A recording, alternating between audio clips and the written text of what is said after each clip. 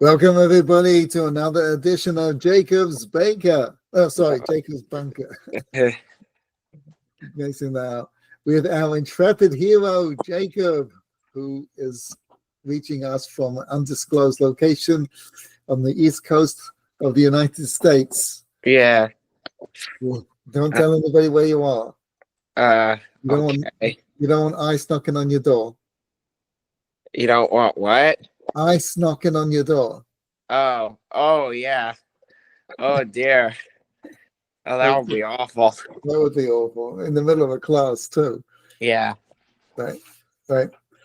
Very good. So we're up to chapter. This week's Parsha is doubled Tazria Matzorah.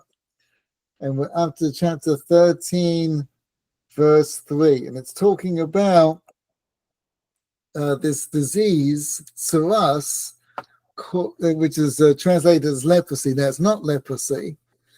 It's a unique disease that comes from, amongst other things, one of the things it comes from is Lashon Hara, but it comes from a few different things, being stingy and not being very nice, and things like that, right?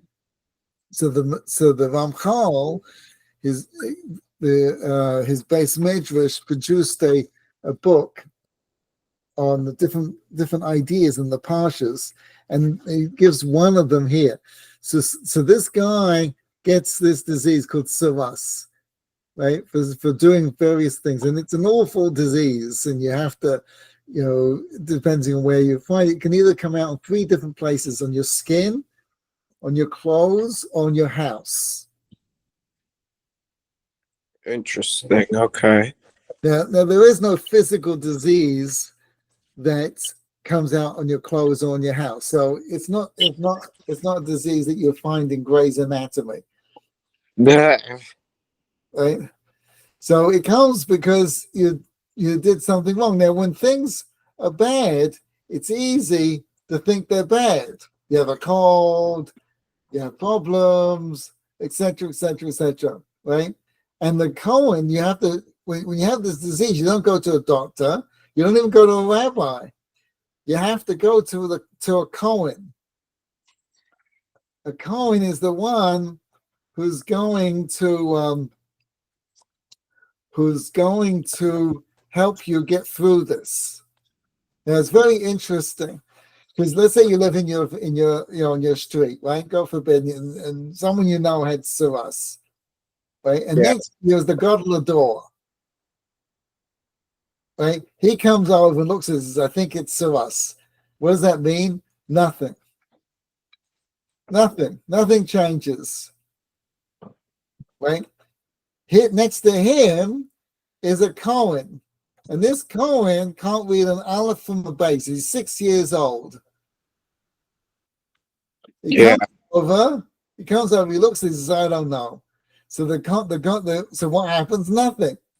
So the gadol hador tells the Cohen, it's tsaras. The Cohen looks at it and says, it's tsaras, and now you're tamei. Now you're impure. Now you have all kinds of problems. It was by the decree of the Cohen, you have achieved, you enter into this state of tumah. Now, tumah is not very nice. It's akin to death. There are varying degrees of tumah. We just had a holiday that really was based on it, Pesach. Why did the Jewish people have to leave when they left? Because if they had stayed any longer, they would have reached down to such a level of tumah they wouldn't have been able to get out.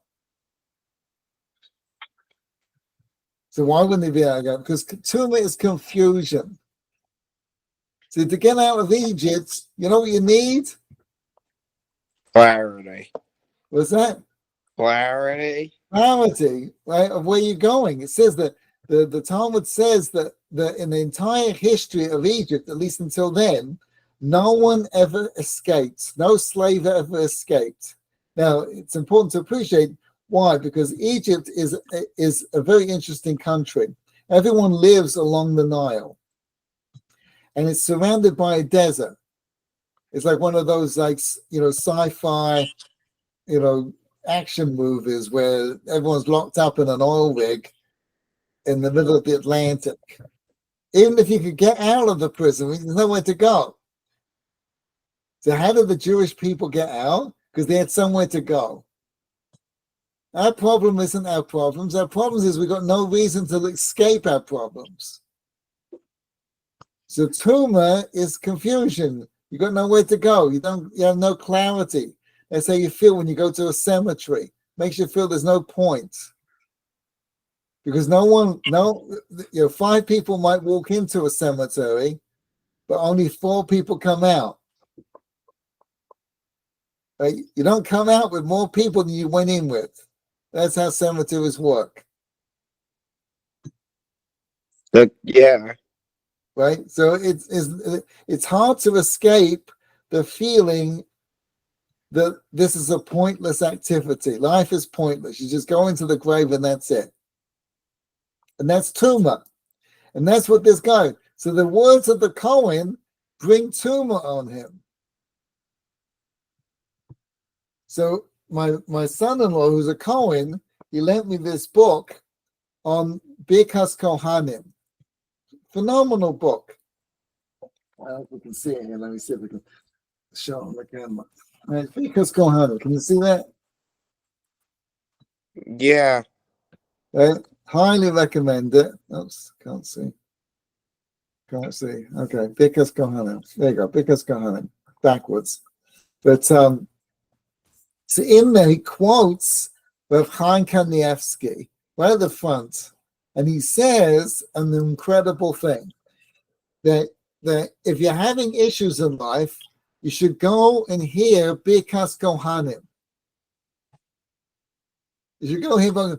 So the author of the book says, in my shul they don't do Birkas Kohanim. It's set on the holidays. It's in America. In Israel they do it on Shabbat, but in America they only do it on the holidays. So the Rav Chaim told him to go to a Sephardi minyan. You should try and do it. Now, I go to a Sephardi minyan every morning, and they do Birkas Kohanim every morning. And he said, listen carefully to the words of the Cohen. Because if the Cohen can declare something tameh, or the more so can he declare something will give someone a bracha. The power of the good is much stronger than the power of the bad. Right? Something to consider. So you come to the Cohen with this disease. Yes. It's like a cold, could be anything.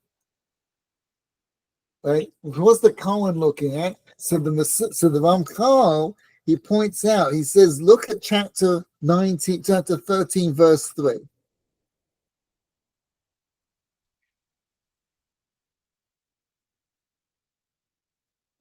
See it? Yeah. You want to read it? Sure. The priest shall examine the mark on the person's skin, and if the hair on the mark has turned white and the mark appears to have penetrated the skin, then it is the leprous curse.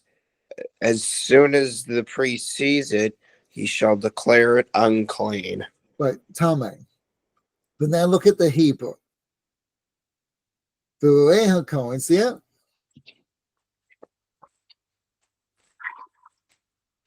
Yes. Right? And the Cohen shall see etanega, the disease, bo'or habasar, in the flesh of the skin. So the Ramchal says, what does the Cohen see? Right? The third word, et, you see it? Yes. Yeah. So he says you take the first letter of those 4 words, et hanega, bo'or habasar. What do they spell? The first letter of those 4 words, et hanega, bo'or habasar. of ahava. Ahava. Psst. What's ahava mean? Love. Love. He's got this disease, but the Kohen has to see, why does he have this disease? Because the Almighty loves him.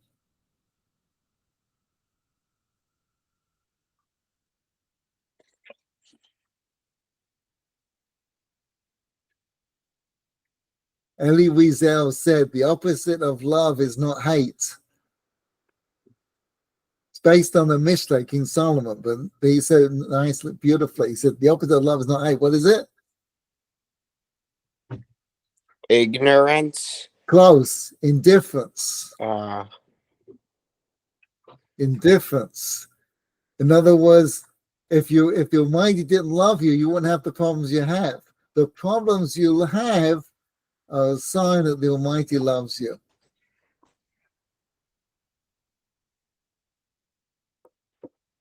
See, we live in a Christian world, and they don't have that philosophy. So they think, and it's influenced us, they think if you have problems, it's a sign God hates you.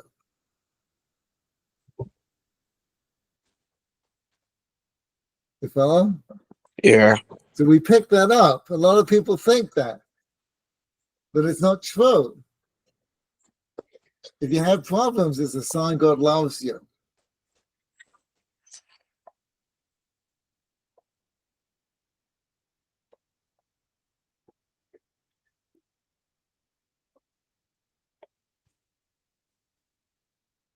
And that these problems are good for you.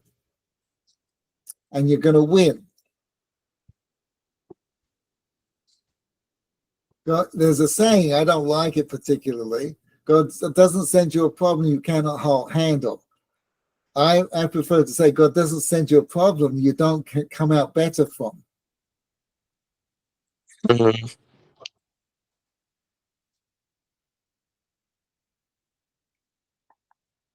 It's very nice.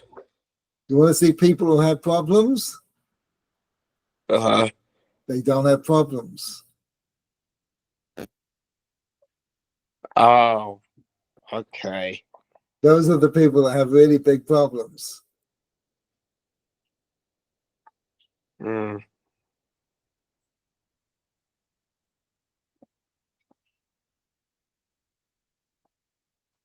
Okay. Making sense? Yes. Thanks, Jacob. Thank you, Rabbi. And my love, lots of love. All right. You too. Take care. Bye. Bye. Bye.